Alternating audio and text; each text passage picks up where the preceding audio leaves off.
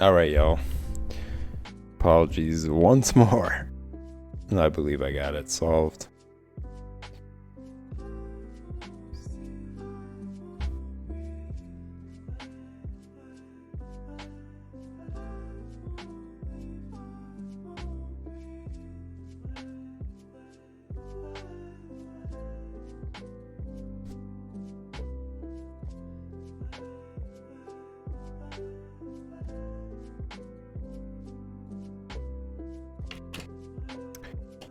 So I am where am I here? Ooh, so this is gonna be a challenge.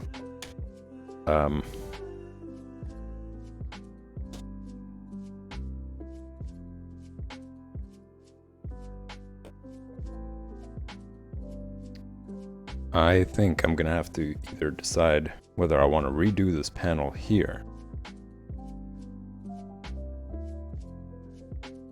or move on to this panel.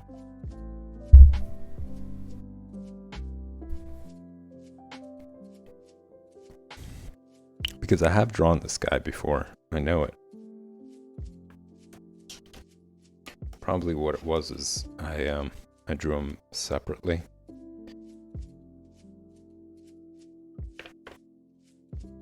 Yeah, see, there you go. I liked his face. I liked the face expression, so I drew him separately. But I didn't draw the woman in the background. So I will take on this challenge and redo it again.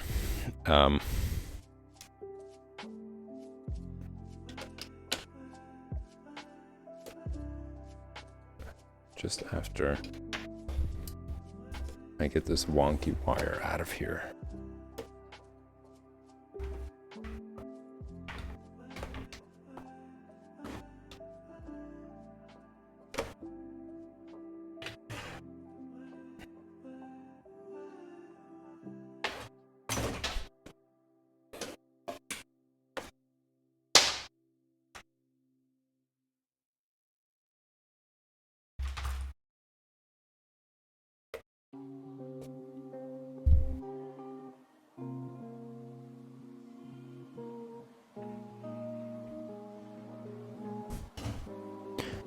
Alright, cool.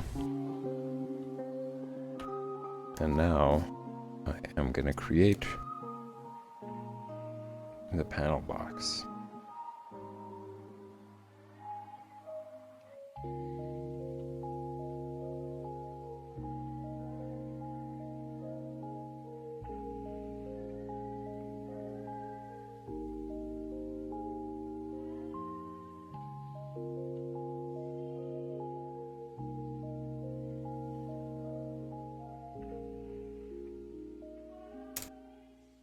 Pretty quick.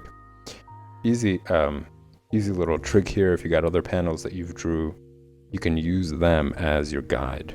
Like you could compare the line and see if it's parallel with each other, if it's perfectly parallel. Another one is you're drawing this line right here. It's easy to guide it based on how parallel it is to, let's say, the page here, right, or the lines here. It should be very much parallel.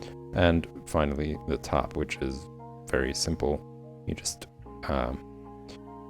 compare it to the page itself, exterior page, and make sure that the line that you make is parallel and that gap doesn't gradually get either thinner or wider. Of course, there's easier ways of doing it as well, which is just measuring out, you know, the distance between here and here and marking it off. It could be like, okay, here, and then having the same one, measuring the distance, marking it off, and then connecting those lines together. Simple, very simple ways. I like to do it as a way of training my eye, you know, comparing the lines around to the line that I'm making to make sure that it's pretty accurate. But yeah, there's just multiple ways of going about it. So as always, I'm going to start out with a very light sketch of everything to make sure that it properly fits into the panel.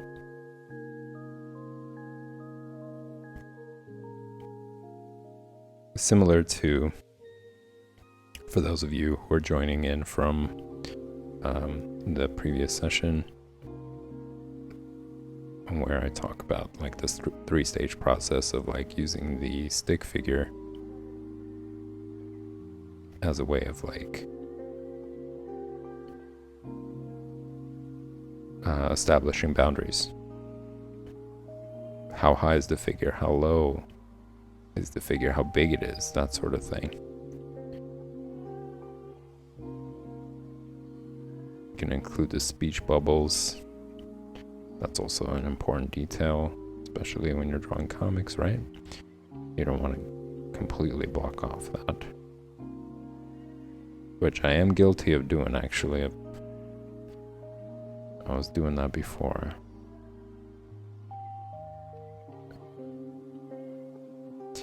I would get into the panel, and then it would slip my mind to include the speech bubbles. So now that we've done that, now that there's like a light sketch, I am going to start giving things a little bit more definition.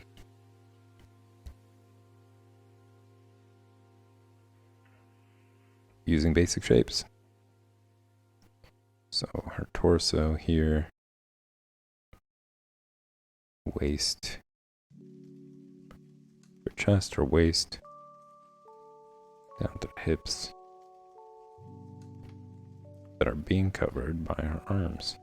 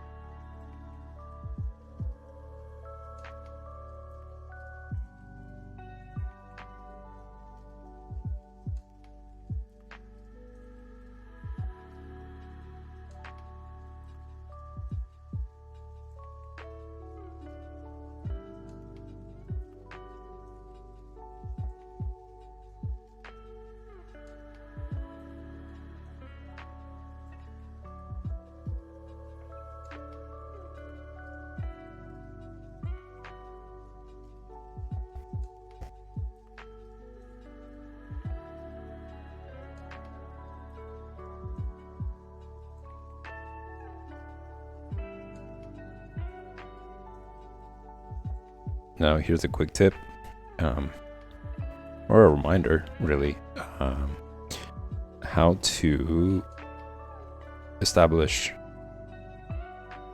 the closeness of everything that you're drawing if you're drawing from reference.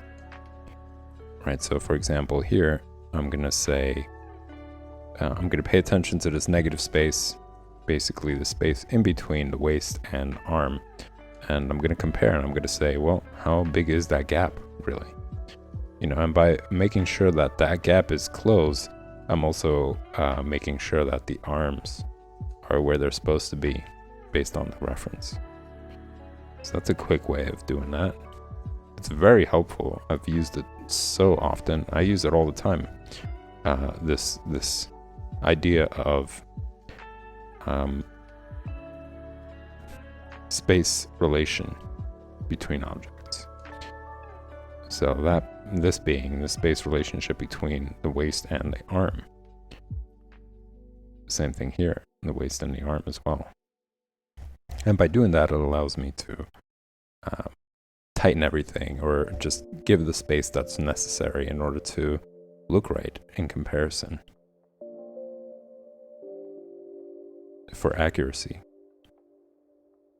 Also trains your eye to see detail, right? To notice certain things that you would otherwise overlook.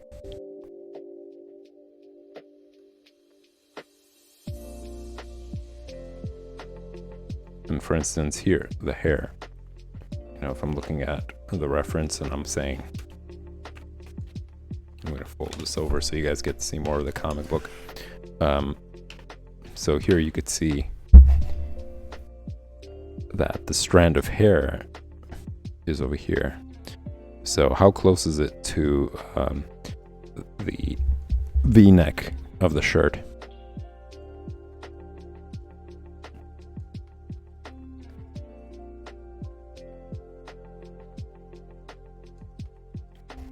Another idea of space relationship.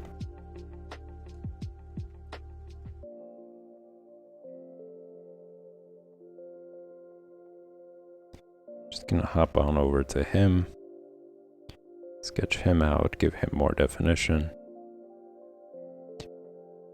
And my apologies if you guys can't quite make him out, and that's one of the reasons why I'm going into it, is I want to bring him out into the light more, literally and figuratively.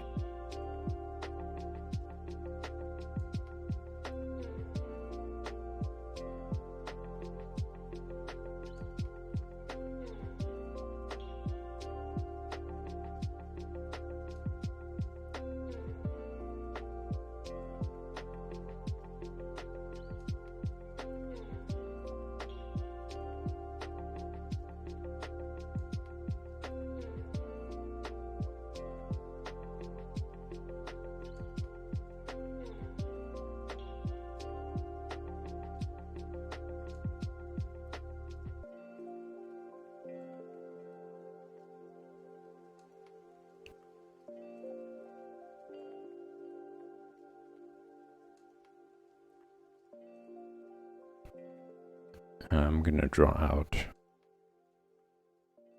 the guidelines here.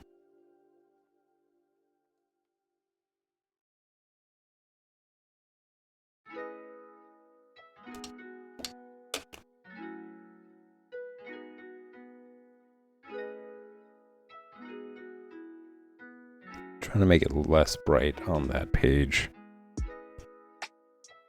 so you guys can see, because I think the light is really shining down on that area. It's blocking any detail from showing up.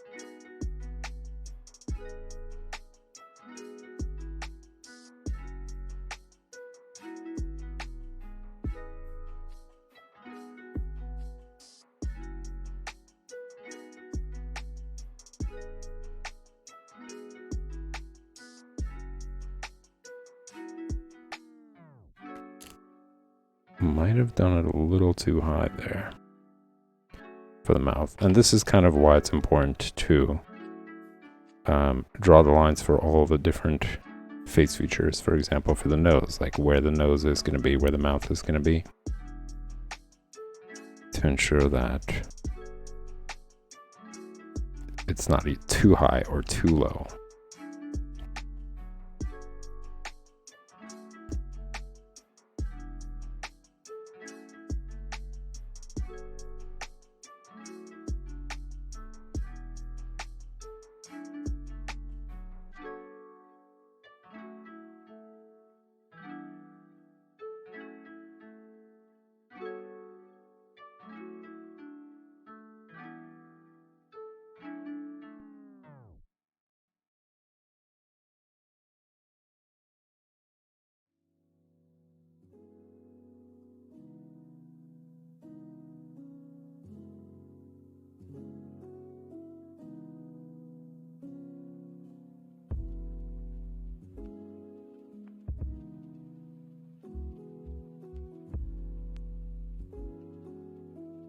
I did want to do a special intro last week, but just couldn't find the time. I have been really busy with other projects. So it's been a challenge to have enough time to sit down and actually like build up this this new intro that you guys will hopefully see this week. I am trying to do it in increments and build it up. So hopefully this week, closer towards the end of the week, you guys will see a new special intro that I'm pretty excited to introduce to you guys. It's been something that's been on my mind and something that I've been revisiting recently and just looking through, admiring the work. So yes, it is illustration related.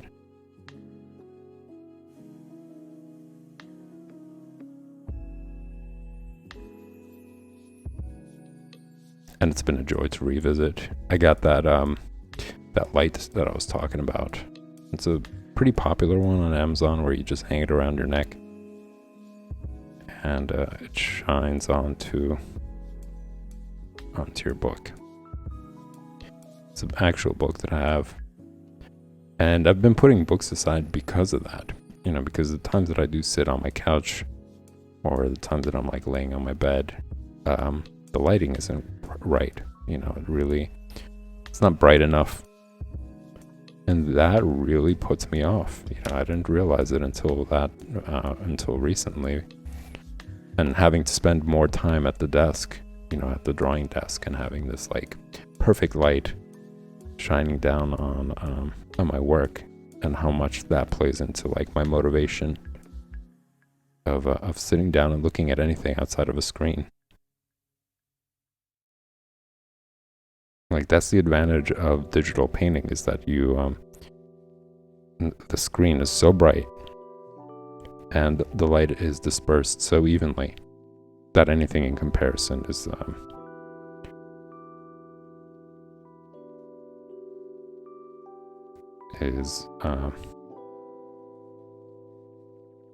overshadowed.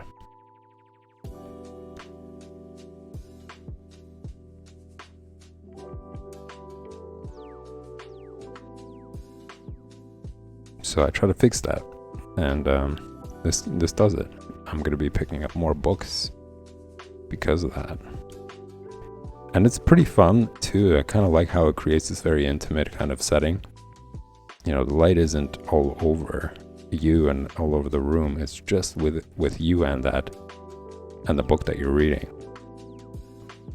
So I really enjoy that. I like that a lot, actually. And as I mentioned, I really do want to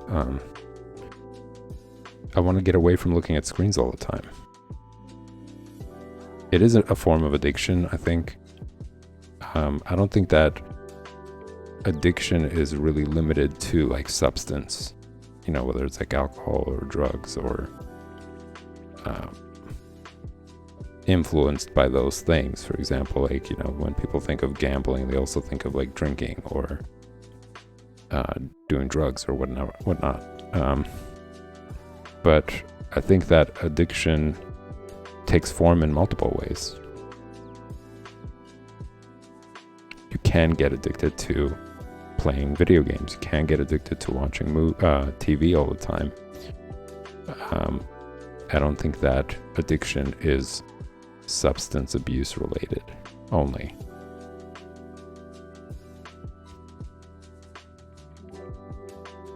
It's just a form of not wanting to discipline yourself. When you let things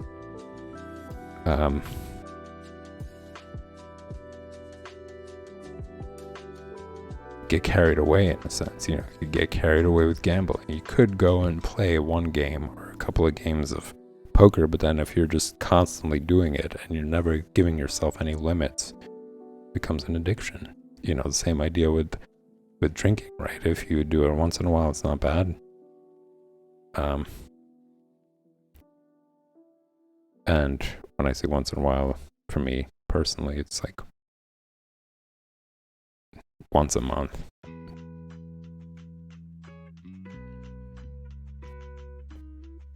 But yeah, just maybe twice a week, if even, I would say is okay. But yeah, if you don't set any limits for yourself and you're constantly drinking, yeah, you're gonna get addicted. It becomes a thing that you're constantly doing. You're in that state of mind so frequently that when you're not in that state of mind, you feel something's off, or you get an itch where you want to get into that state of mind because your mind is so used to being on it.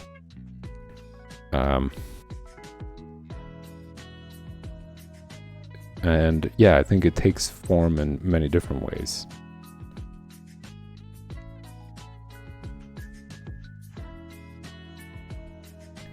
Obsessive behavior is very, it's dangerous if you leave it unchecked.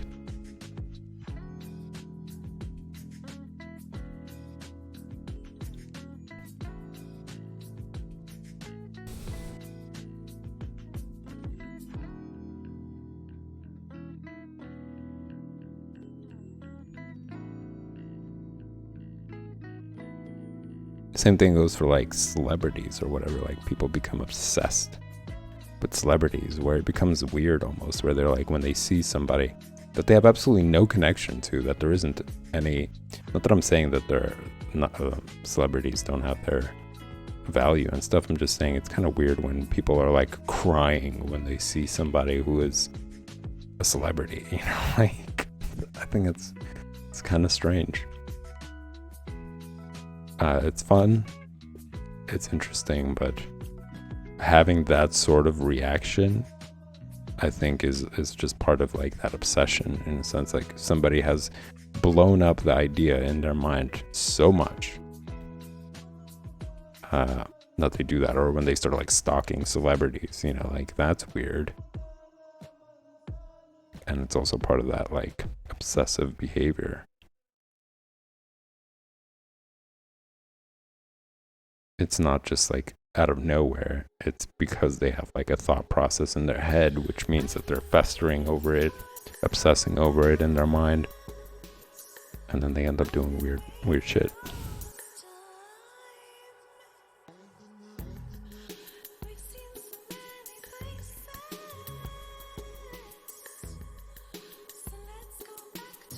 It's just another example of how obsessive behavior leads to addiction, and how addiction ruins your life.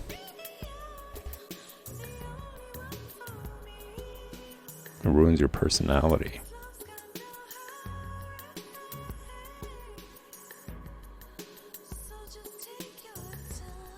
And rots your ability to reason.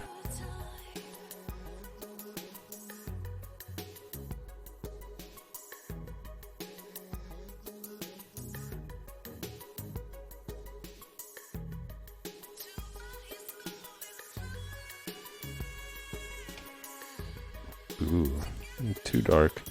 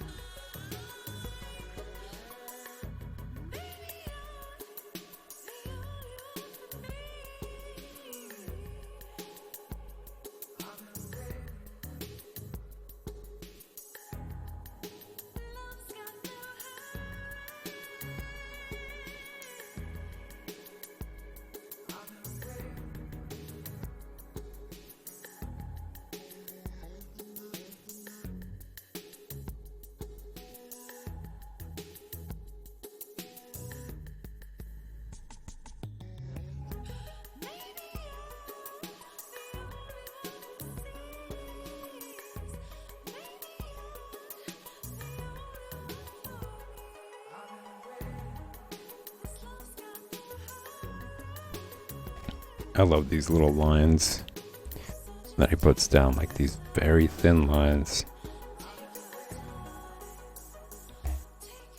Add character. Unfortunately, because I've been pressing harder for you guys to be able to see the drawing, these very thin lines end up looking like eyeshadow.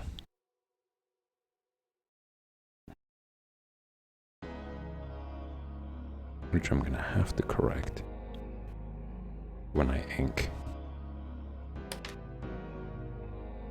And this one looks like I gave him a shiner. Somebody decked him in the eye. When really it was just a line to show bags.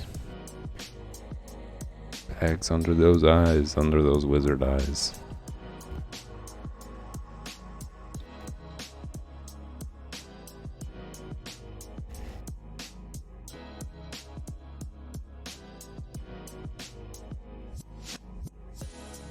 I liked his take on the wizard because honestly, I wouldn't have pictured him as a wizard. I thought he was like a shaman first. I guess like shamans are forms of wizards, obviously.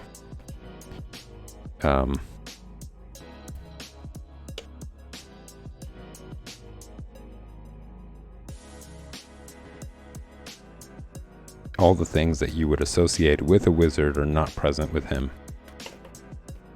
Like I would have thought monk first.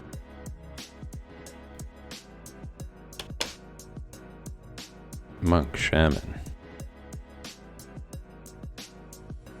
So just kind of like mixed up the I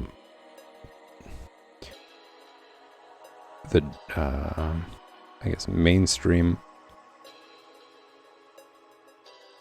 idea of a wizard and combined it with other ones as well. Because he was kind of like he's living in a hut, and he was sitting in front of the fire talking about stuff.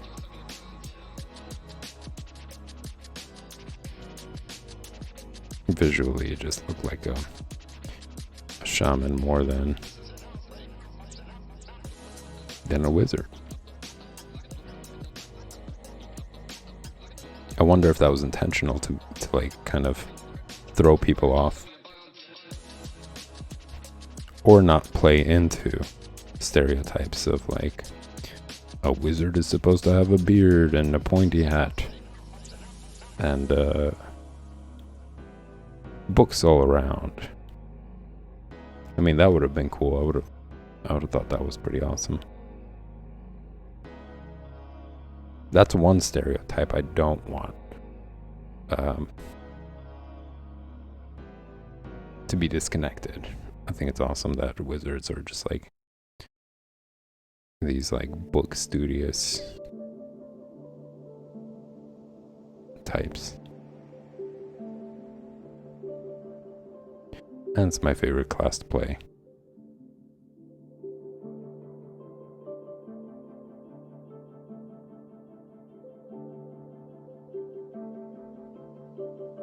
For instance, when I played Pillars of Eternity, despite having lots of wizards along the path, along the journey, I still really enjoyed it. Oh, if I only had more time, I would so revisit that game. It's such a time-consuming game, though. It's the problem.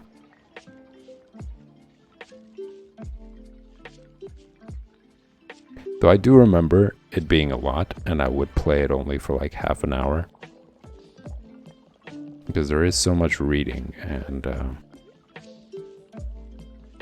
and there's so much to take in that, personally, I would just last that long. Not that I would get bored, it's just a lot.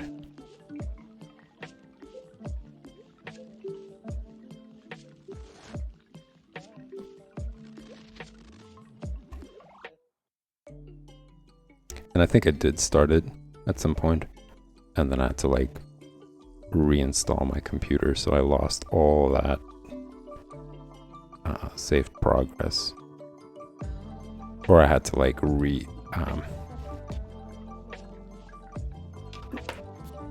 reapply the progress, because I'm pretty sure I saved it. I managed to save those files.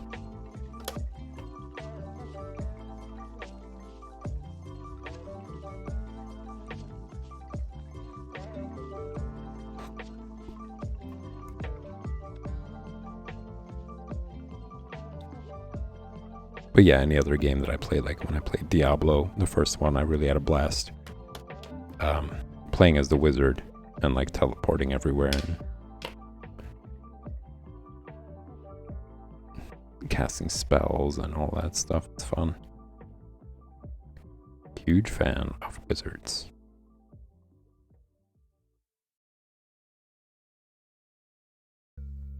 I think Pillars of Eternity by far has nailed wizards more than anybody else.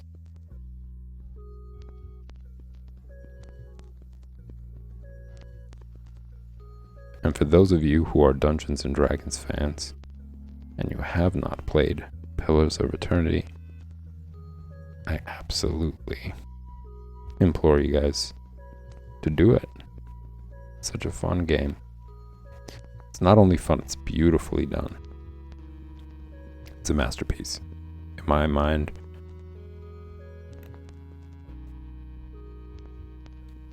it is without a doubt a masterpiece.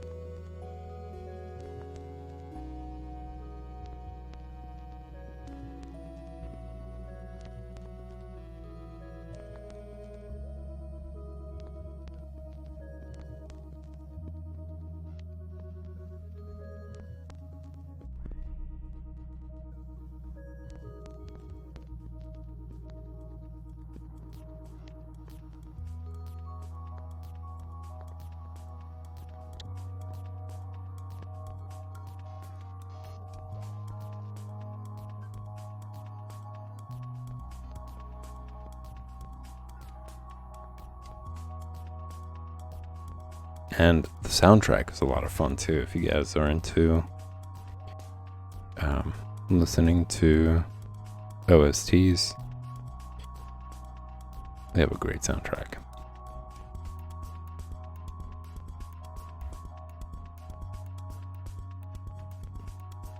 My one complaint about that entire game would be I wish they had multiple fighting soundtracks, because it seems like it's from what I remember, it's like only one track that will pop on every single time you fight somebody. And even though it's fine, it's my only gripe with it.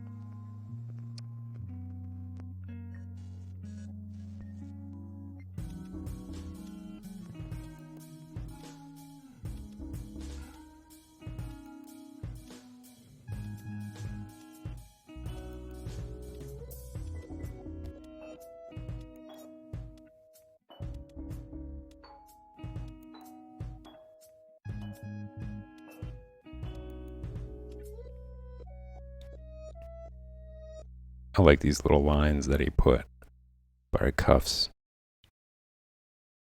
It's an aesthetic thing. No, it's just to add more character to the lines.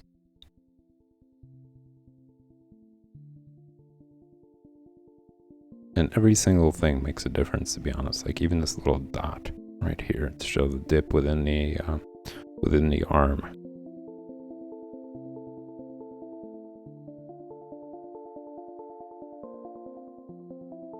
Very well done.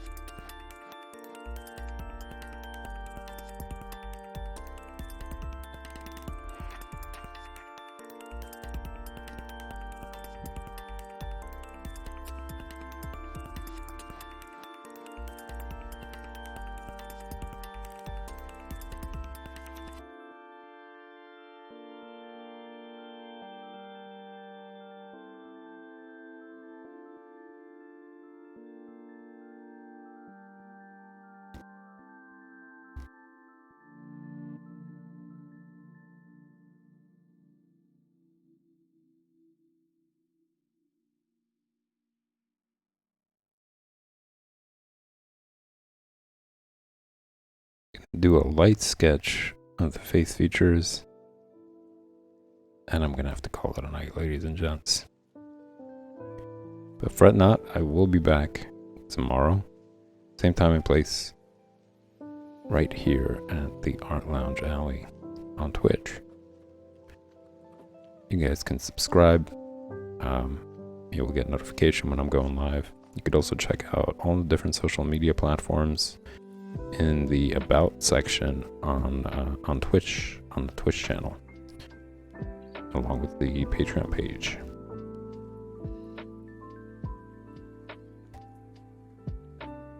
So if you guys dig this content, hit the like button, hit the subscribe button. That'll help grow the community, help the channel grow more.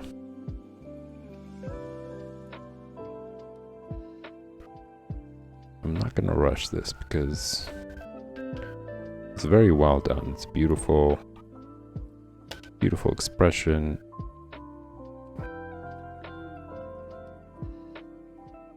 So I'm just gonna leave these quick marks here.